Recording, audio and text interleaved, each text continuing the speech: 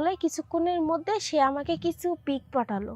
দেখলাম আমার পুরা মানে আমার চেহারা সহ আমার স্ক্রিনশট দিয়ে রেখেছিল আমার কাপড় ছাড়া কিছু ছবি। আমি এটা দেখে তো অবাক হয়ে যাই, যেগুলা কি। তো সেগুলা মানে রেখে দেয়, আমাকে বলে এগুলা দেখছো? তো আমি বললাম এগুলা কি করছো তুমি আমাকে ভালোবাসো না, এগুলা স্ক্রিনশট দিয়ে রাখছো কেন? তো বললো কি যে এগুলা রাখছি তো তোমাকে পাওয়ার জন্য, আরও কাছের থেকে। আমি বিদেশে থাকি না, আমি কোথাও থাকি না, আমি দেশেই থাকি। আমাকে একটা শয়তানি হাসি দিয়ে আমাকে বললো যে আমি এখানেই থাকি আর তুমি আমার কাছে আসবা।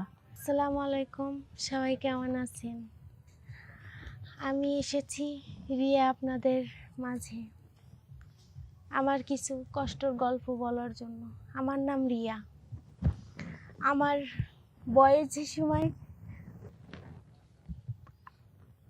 সবার আগে বলে নিই আমার গ্রামের বাড়ি মানিকগঞ্জ। আমি ক্লাস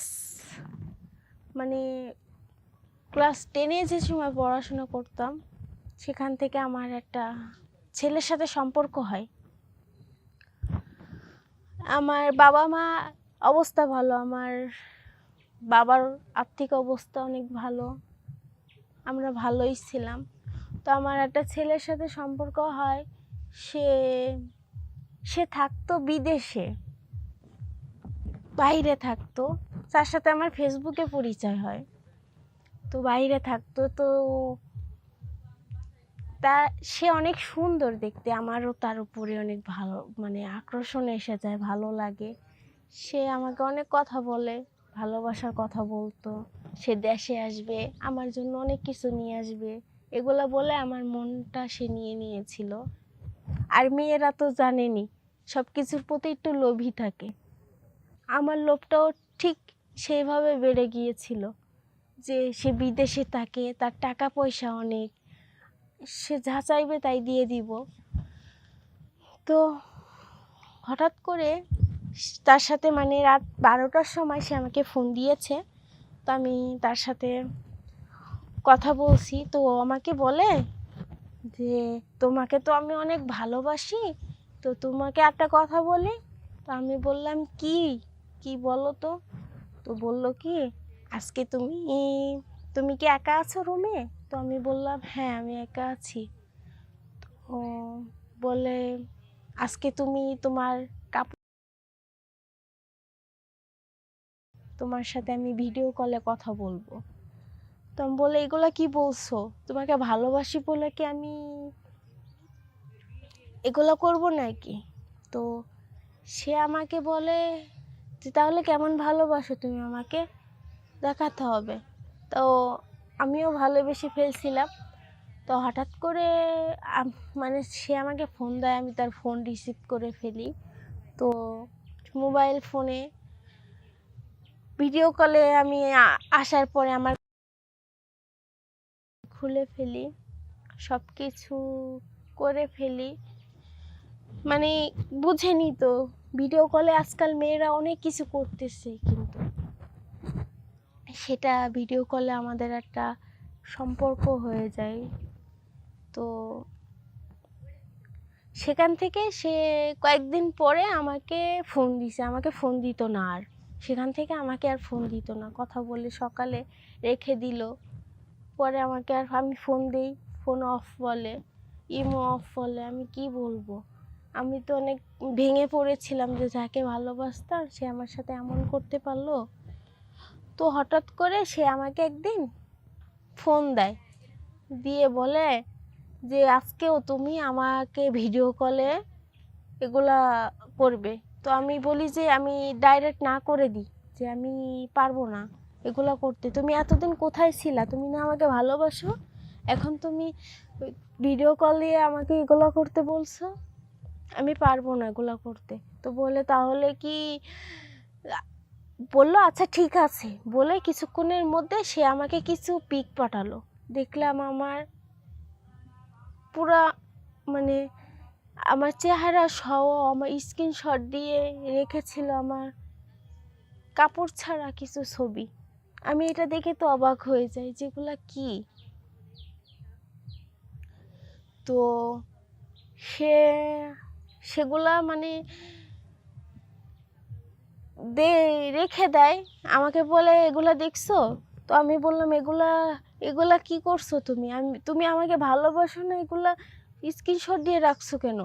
তো বললো কি যে এগুলা রাখছি তো তোমাকে পাওয়ার জন্য, আরও কাছের থেকে। আমি বিদেশে থাকি না, আমি কোথাও থাকি না, আমি দেশেই থাকি। আমাকে একটা শয়তানি হাসি দিয়ে আমাকে বললো যে আমি এখানেই থাকি আর তুমি আমার কাছে আসবা, না হলে এই ছবি আমি তোমার ফেসবুকে ছাড়বো। ও আমার ফেসবুকের পাসওয়ার্ড জানতো, আমি সব কিছু ওর সাথে শেয়ার করছিলাম, তোমার ফেসবুকে ছাড়বো আর সব জায়গায় ছেড়ে দিব বলছিল। তো আমি ভয় পেয়ে ও আমাকে বলল যে, আমি বললাম যে কি বলো, কি করতে হবে তোমার সাথে? তো বললো যে তুমি আমার সাথে চৌরাস্তায় দেখা করবা। তো আমি চৌরাস্তায় দেখা করব। আমি বাড়ি থেকে আমার বাবা মাকে বলে গেলাম যে আমি একটু আমার ফ্রেন্ডের বাসায় যাচ্ছি, আমার আসতে দেরি হবে। আমি বেরিয়ে গেলাম। যাওয়ার পরে ওই ছেলেটা আসলো, যে ভয়ঙ্কর চেহারা, এরকম কারোর ভাগ্যের জন্য না থাকে।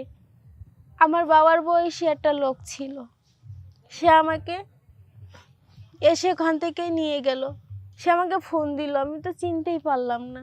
বললো যে আমি সেই লোকটা যার সাথে তুমি কথা বলতা। সে অবশ্যই আমার সামনে কখনো ভিডিও মানে কলে আসলে সে ক্যামেরা অফ করে রাখতো, সে কখনো আসতো না। আমি অনেক রিকোয়েস্ট করার পরেও আমার কাছে আসতো না। তো সে আমাকে নিয়ে যায় চৌরাস্তায় একটা আবাসিক হোটেলে, নিয়ে ওখানে বসিয়ে রাখে আর আমাকে ভয় দেখায় বলে যে আমি যা বলবো তুমি সেটাই করবা। তো আপনারা তো বুঝতেই পারছেন আমি বিয়ে হয়নি, বিয়ে না করলে মেয়েরা কেমন থাকে। তো সেই লোকটা ফার্স্টে আমার সাথে জোর জবরদস্তি করে, আমাকে ওখানে খারাপ কাজ করে আমার সাথে। আপনারা তো বুঝতেই পারছেন সে কি করছে আমার সাথে। করার পরে সে এখানে আমাকে আটকে রেখে বাইরে যায় কিছুক্ষণের জন্য। আসার পরে দেখি 2-3টা লোক সাথে করে নিয়ে আসছে, ওনার বয়স্ক লোক উনি নিয়ে এসেছে। এনে বলে যে আজ থেকে তুই আমার সাথে থাকবি আর আমি যা বলবো তাই শুনবি। বলে ওই লোক 3টাকে আমার রুমে রেখে যায়। আর সারা রাত ওই লোকগুলা আমার সাথে, আপনারা তো বুঝতেই পারছেন কি করেছে। সারা রাত আমার সাথে ছিল।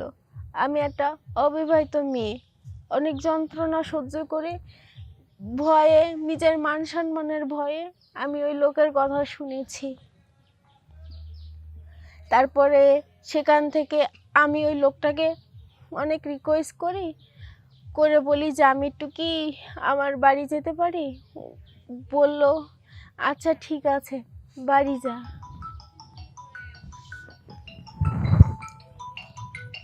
আচ্ছা ঠিক আছে বাড়ি যা। যাওয়ার পরে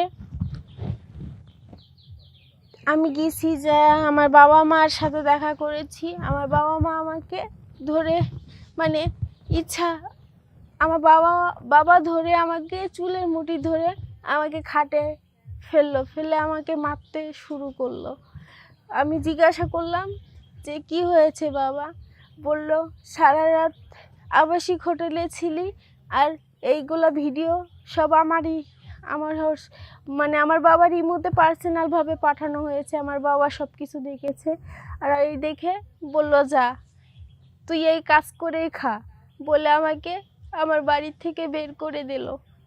আমার মায়ের কাছ থেকে দূরে হয়ে গেলাম, আমার বাবার কাছ থেকে দূরে হয়ে গেলাম। তো লাস্টে ওই লোকটা ফোন করে আমাকে তার কাছে নিয়ে গেল।